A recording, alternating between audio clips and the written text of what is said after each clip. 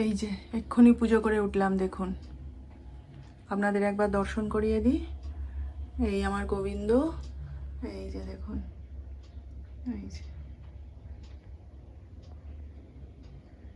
ওই যে মা লক্ষ্মী।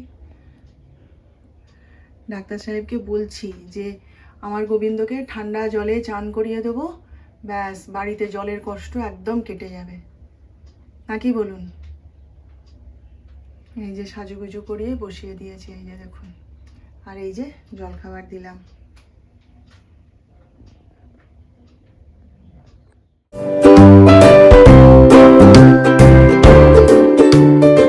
আমি দেখুন কালুর দোকান থেকে এই যে 4টে ডিম আর এই যে পেঁয়াজ নিয়ে এলাম।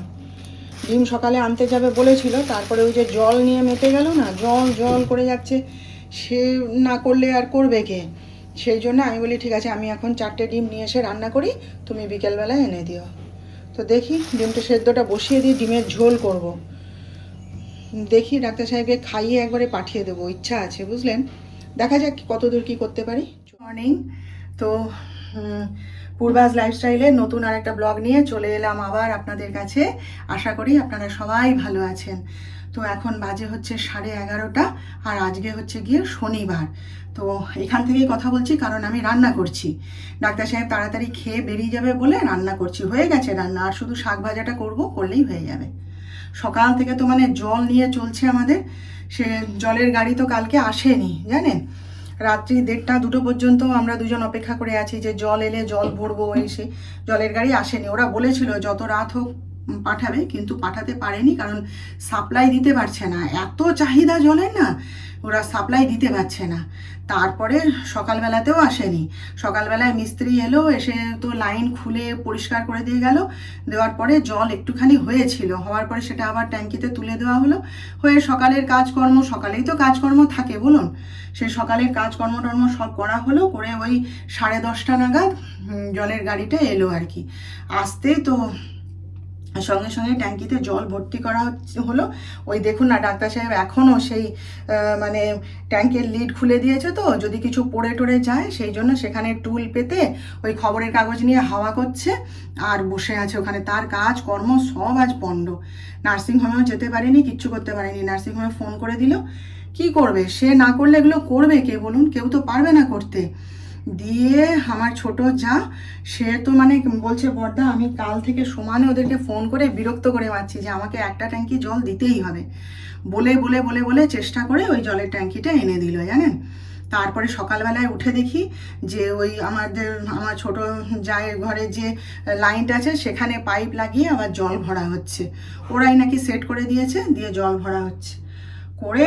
তারপরে ওই 12টা জল দেখি কেমন আসে, কতক্ষণ আসে। তাই বসে বসে ওই যে আমি এক্ষুনি দেখে এলাম, বলছে ট্যাঙ্কি খালি হয়ে আসছে, দিয়ে আবার অর্ধেকটা জল তুলেও দিয়েছে উপরে। নইলে রান্না বান্না হবে কি করে বলুন, এক প্রস্ত তুলে দিয়েছিল, তাতে সকালের সবার কাজ কর্ম, বাসন মাজা, কাপড় কাচা সব হয়ে গেল। বাকি তো আবার জল চাই, নইলে রান্না বান্না হবে কি করে। দিয়ে ওই বসে আছে, আমি বলি বসো রান্নাটা করি, করে একবারে খেয়ে চলে যাবে, সেই জন্য হুটাপাটি করছি। তো চলুন, হ্যাঁ পরে কথা বলবো আপনাদের সঙ্গে। রান্নাটা শেষ করে ওকে খাইয়ে আগে ছেড়ে দিই, ও কাজে চলে যাক, তারপর আপনাদের সাথে গল্প করব। এখন আমাদের জলের ট্যাঙ্কি আনা হয়েছে সকালবেলায়, নিয়ে চলে যাবে। ট্যাঙ্কি খালি হয়ে গেছে, আমরা জল ভর্তি করে নিয়েছি, ওই যে দেখুন। আসলে কি বলুন দেখি, তমলুকে এখন এত জলের কষ্ট শুরু হয়েছে কেন? আগে তো তমলুক ফাঁকা শহর ছিল, এত লোকজন, এত পলিউশন ছিল না এখানে। হ্যাঁ, সেই জন্য এখানে ঠান্ডাও ছিল, আর কোনো কিছুর কষ্টই এখানে ছিল না, জলের কষ্ট তো ছিলই না। কিন্তু এখন কি হয়েছে জানেন, এখন বাইরে থেকে মানে পিলপিল পিলপিল করে লোক ঢুকছে তমলুকে এসে। এখন তমলুকের রাস্তায় হাঁটা খুব কঠিন। আগে আমরা হেঁটে বেড়াতাম, মানে কোনো রকম কোনো ভয় ছিল না, কোনো কিছু অসুবিধা ছিল না, কিছু না। আর এখন তমলুকের রাস্তায় মানে মানুষকে হাঁটতে খুব কম দেখা যায়, শুধু টোটো যাচ্ছে আর বাইক যাচ্ছে, শুধু টোটো আর বাইকের লাইন চলে, রাস্তা দিয়ে হাঁটা খুব কঠিন এখন। আর এখন তমলুকে কি হয়েছে জানেন, মানে মুড়ি মুড়কির মতন সমস্ত ফ্ল্যাট উঠছে। শুধু উঠছে বলেই নয়, ফ্ল্যাট যেমন তৈরি হচ্ছে তেমনি ভর্তিও হয়ে যাচ্ছে। মানে কত যে মানুষ বাইরে থেকে এসে তমলুকে ঢুকেছে বা ঢুকছে তার মানে হিসাব নেই। আমি তো রাস্তায় হেঁটে যাই যখন, তখন দেখি তো কত নন বেঙ্গলি লোক রাস্তায় হাঁটছে, কথা বলতে বলতে যাচ্ছে। টোটোতে চড়িয়ে নন বেঙ্গলি লোক সব হিন্দিতে কথা বলছে, ইংলিশে কথা বলে যাচ্ছে আমারই পাশে বসে, কত লোক। তারপরে যে সকালবেলায় যখন হাঁটতে যেতাম তখনও দেখি বাবা, ওখানে যে আমরা যে পার্কটায় হাঁটতে যেতাম সেখানে কত নন বেঙ্গলি স্বামী স্ত্রী তারা সব হেঁটে বেড়াচ্ছে, আরও কত সব মানে লোক তারা সব হিন্দিতে কথা বলছে, হেঁটে বেড়াচ্ছে, করছে। বহু লোক এখন তমলুকে এসে ঢুকেছে, যার ফলে কী হয়েছে বলুন তো, পলিউশনটা বেড়ে গেছে। আর অত গাড়ি ঘোড়া, অত বাইক, অত টোটো আর 4 চাকা, মানে লোকের তো গাড়ি চালানোর শেষ নেই, সেই করে আরও পলিউশনটা বেড়ে গেছে। ওই জন্যই এত গরম, নইলে তমলুকে এই অবস্থা আগে ছিল না, যথেষ্ট ভালো ছিল তমলুক। এবার কি হয়েছে, সবাইকে তো জলের কানেকশানটা দিয়ে দিচ্ছে, হ্যাঁ, এত ফ্ল্যাট বাড়ি উঠছে, এতই হচ্ছে, জলের কানেকশান দিয়ে দিচ্ছে, এবার সাপ্লাই দিতে পারছে না, এই জন্যই জলের কষ্টটা হচ্ছে, বুঝতে পারছেন। আমার যে ঘর মোছে যে মাসি, সুশীলা মাসি, সে তো আজকে বলছে, বলে যে সঙ্গে করে 2 ব্যাগ ভর্তি করে জলের বোতল নিয়ে এসেছি, বড় বড় বোতল, রাস্তার কল থেকে জল ধরে ওই বোতল টানতে টানতে নিয়ে যাব বৌমা, জানো 2 হাতে করে পারি বলো তো, এত কাজ করে তারপরে ওই অতগুলো বোতল। বলে আমার বৌমাকেও বলেছি, তুমি যেখানে রান্না করতে যাও তুমি কয়েকটা বোতল কল থেকে ভরে নিয়ে আসবে। এইভাবে চালাচ্ছে মানুষ এখন, জানেন। আমি বলি তোমাদের পাড়ায় ট্যাঙ্কি দেয়নি? বলে হ্যাঁ দিয়েছিল একবার, তা সে মানে জল নিয়ে মারামারি যেমন হয়, যেমন আমরা টিভিতে দেখি, পেপারে পড়ি। বলে একজনই যদি 6-7 বালতি নিয়ে নেবে তাহলে অন্যেরা কী নেবে, ওই জন্য দেয়নি। আর বলে ঠিকই করেছে বৌমা না দিয়ে। মানে আমরা শ্মশান ঘাটের পুকুরে যাচ্ছি, গিয়ে জামা কাপড় কাচ্ছি, চান করছি, করছি। কি অবস্থা দেখুন মানুষের, হ্যাঁ। আগে কিন্তু তমলুক একদম এরম ছিল না, খুব সুন্দর শহর ছিল তমলুক। ওই যত দিন যাচ্ছে, যত মানুষ এসে এখানে ঢুকছে, তত এইসব কষ্ট শুরু হচ্ছে, জানেন। চলুন দেখি শাকটা বসিয়ে রান্না হয়েছে, একবার দেখিয়ে দিই। হ্যাঁ, প্রচুর গরম লাগছে ভাই, রান্না করে উঠলাম তো জ্বলে যাচ্ছে গা হাত পা। ডাক্তার সাহেবের খাওয়া হয়ে গেছে, এই একটা শান্তি।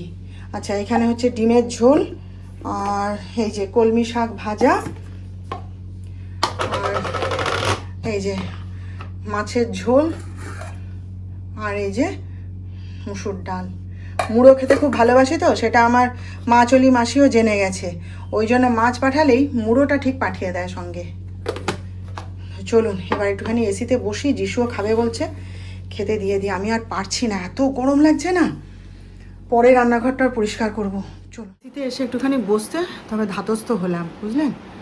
এইখানটাতে এসে বসেছি কেন বলুন তো, ওই ডাইরেক্ট হাওয়াটা লাগছে তো গায়ে, একটু ঠান্ডা লাগছে, আরাম লাগছে। এই যে আমার প্রিয় চানাচুরটা নিয়ে বসেছি, ডাক্তার সাহেব কালকে নিয়ে এসেছিলেন, একটু খাওয়ার সময় পাইনি, এখন খিদে পেয়েছে, কি খাই, ওই জন্য একটুখানি চানাচুরটা খাই, খেয়ে চান করতে যাব। আজকে তো আর জলের কষ্ট নেই, একটু ধীরে সুস্থে যাব। ডাক্তার সাহেবেরও খাওয়া হয়ে গেছে, যিশুকেও খেতে দিয়ে এসেছি, দিয়ে এসে একটুখানি বসেছি। বলছি, তাই যিশুকে বলছি যে এই যে প্রচণ্ড গরম, 42 ডিগ্রি তাপমাত্রা দেখাচ্ছে, এই যে গরম লাগছে, উফ হাফ করছি, হাঁপাচ্ছি আমরা, এর মধ্যে যদি কেউ ফ্রিজের জল বের করে খায়, ব্যাস হয়ে গেল তার। যিশুও হাসছে, বলে ব্যাস উল্টে যাবে একদম। ওই জন্য যত নর্মাল ওয়াটার খাওয়া যায় ততই ভালো, বুঝলেন। প্রচুর পরিমাণে জল খান, প্রচুর পরিমাণে জল খান। আমরা কি করেছি বলুন তো, আমি তো যত আমার বোতল আছে ঘরে সবকে ভর্তি করে রেখে দিয়েছি, এক তো জলের কষ্ট সেই জন্য। কিন্তু আমি কি করেছি জানেন, 500 বোতল বের করেছি আমি। না, 500 যে বোতলগুলো সেগুলো আমি ফেলি না, জানেন তো, লোকে হাসলো তো বয়ে গেল। আমি 500 বোতলগুলো সব রেখে দিই। ওই বড় বোতলে জল ভর্তি করে নিয়ে ওই টুকটুক করে একটু করে জল খাওয়া ওতে হয় না, সেই জন্যে এই গরমে আমি কি করি বলুন তো, 500 বোতল একটা করে বের করে রেখে দিই সবার জন্যে। এবারে যখনই জল খাবে ওই 500 বোতলে জল ভরে ওই 1 বোতল জল খাও, তাহলে পুরো মাপে একদম 500 করে জল যাচ্ছে শরীরে। এরকমভাবে সারাদিনে তাহলে 3 লিটার 3.5 লিটার জল খাওয়া হয়ে যায় প্রত্যেকের, বুঝেছেন। আমি এটা বুদ্ধিটা বের করেছি, আমি সব বোতলকে ভরে সবার হাতে হাতে দিয়ে দিয়েছি। আর ডাক্তার সাহেবের তো কথাই নেই, সে তো জল খাই, সব সময় সে জল ভরছে খাচ্ছে, তারও 500 বোতল। তাকেও আমি বলেছি, বলতে সে আমার কথা শুনে বলছে হ্যাঁ ঠিকই বলেছো। তো বড় বোতলগুলো খাওয়ার সময় এমনি জল টল খাওয়ার জন্য ব্যবহার হয়, নইলে আমরা সব সময় 500 বোতল হাতে নিয়েই ঘুরি। ওতেই জল ভরছি। যিশু জল বড় কম খায় জানেন তো, ওর জন্যই আরও বেশি করে ব্যবস্থা। সে বড় একটা জলের ড্রামকে ভর্তি করে নিয়েছে, আর একটু একটু করে জল।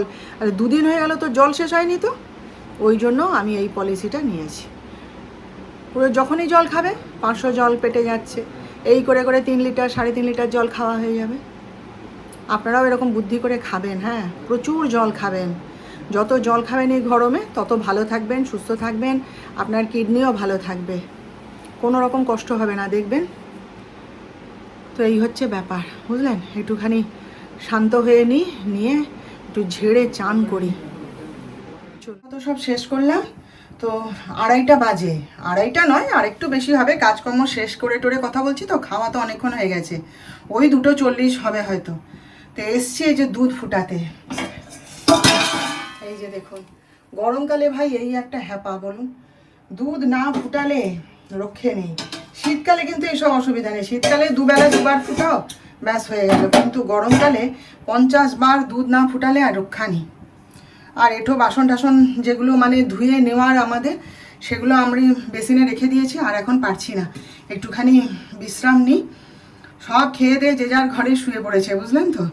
এখন যা রোদ বাইরে, তো এক্ষুনি দেখছিলাম, কি বলে, ইউটিউব দেখছিলাম, তাতে বলছে কি সোমবার থেকে নাকি বৃষ্টি হবে। দেখা যাক, হলেই ভালো। বৃষ্টি হলে জলের কষ্টটাও কমে যাবে আর গরমটাও কমে যাবে, বলুন। আজকে তো সন্ধ্যাদি তো 1 গামলা জল ভরে নিয়েছে। আসলেই আমি বলি যে দেখো, এরকম 1 গামলা জল তুমি ভরে নাও, নিয়ে তুমি বাসনগুলো ধুয়ে দাও। আমার তো অল্প বাসন, খুব একটা পড়ে না, মাঝে মধ্যে হয়তো একটু আধটু পড়লো। আর অর্ধেক বাসন তো আমি ধুয়েই নিই, আমি ধুয়ে নিই, ডাক্তার সাহেব হাতে হাতে ধুয়ে নেয়, আমার যিশুও হাতে হাতে ধুয়ে নেয়, যে যখন পারছে ধুয়ে নেয়, আমরা ফেলে রাখি না। ওই কাজের লোক আসবে তবে মাজবে, আমরা ওই পলিসিতে চলি না ভাই।